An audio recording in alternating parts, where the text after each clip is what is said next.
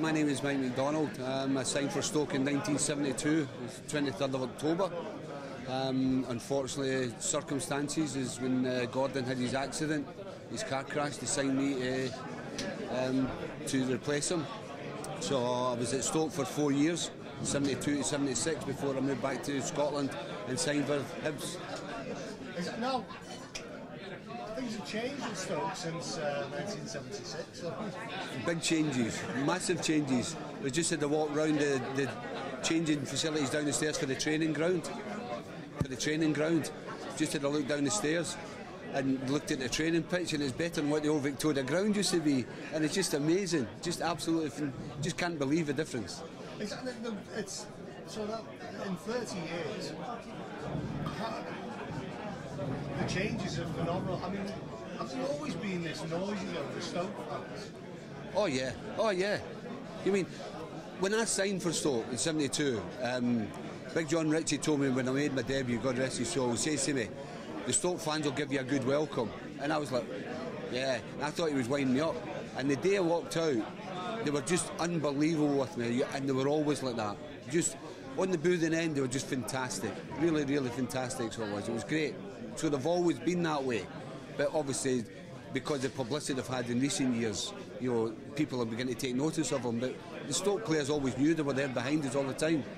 Does that help when of you course know that the crowd are going to back you or whatever? Oh yeah. It scared the living daylights on you. Yeah, it is. It does make a massive difference, because at the end of the day, when you're playing and maybe you lose a goal and you're chasing the game, you're a wee bit tired, and then you hear the crowd getting up because maybe somebody had a tackle on that. And it gives you another wee boost, and you keep going and things like that, you know. And again, I was lucky to play under a fantastic manager in Tony Wannington. And all Wardle used to say to us was, there's 18,000 Potters fans out there who've been working the pot bank all week. Go out and entertain them and show them, give them 100%. And that was it. And that's what you did. You went out and gave 100% for the club. So it was just fantastic. We talked about the changes. I mean, would you have thought 30 years ago that Stoke would become an established top-flight team, would have played in Europe, not only missed out on an FA Cup final, and we're about to extend the stadium again? Yeah, well, see, it's very difficult because, don't forget, in the 70s, we were an established First Division club. We were playing in Europe. We had won trophies, the League Cup, all it being the League Cup. But we played in Europe, we played against Ajax, so we had all the top clubs, so we had. So we were always in the top six. So we seen ourselves as an established First Division club. So we did, which, and to be fair to the club, invested year upon year. You know, because the club was made up of basically all local young lads.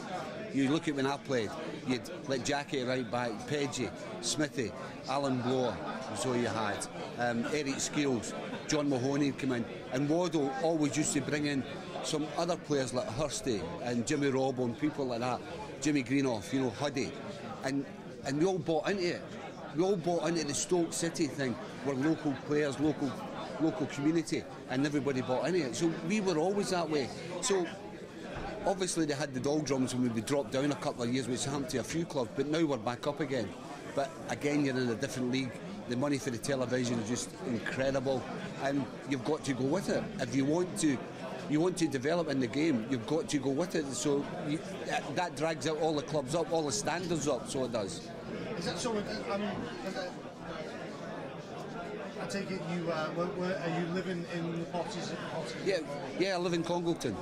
Oh right, yes. So you've always do you see many Stoke games? Not as many as I'd like, because I used to work for Cardiff as a scout for Cardiff, so I was going there, but I'm not doing that just now, so I'm going to come back and see more Stoke games, but I'm a part of the SCOBA, the ex-players, and I come to the meetings and things like that, so I see all the boys in regular contact. You're involved, I mean, George is... You're involved in so many of the community events. Yeah, that's it. You do quite a lot around. That's right, yeah. And Stoke have got by far the best community department, and a lot of the former players. The former players have really bought into that and are really involved a lot. Well, again, I go back to what I said before about when Waddle brought us in. He told us a community club, so we're involved in the community. So as you say, the ex-players have bought into that. So when you ask to do something in the community, it's not a problem to us because we enjoyed doing it before. So we're more than happy to help and all that, you know. So it's really, really good.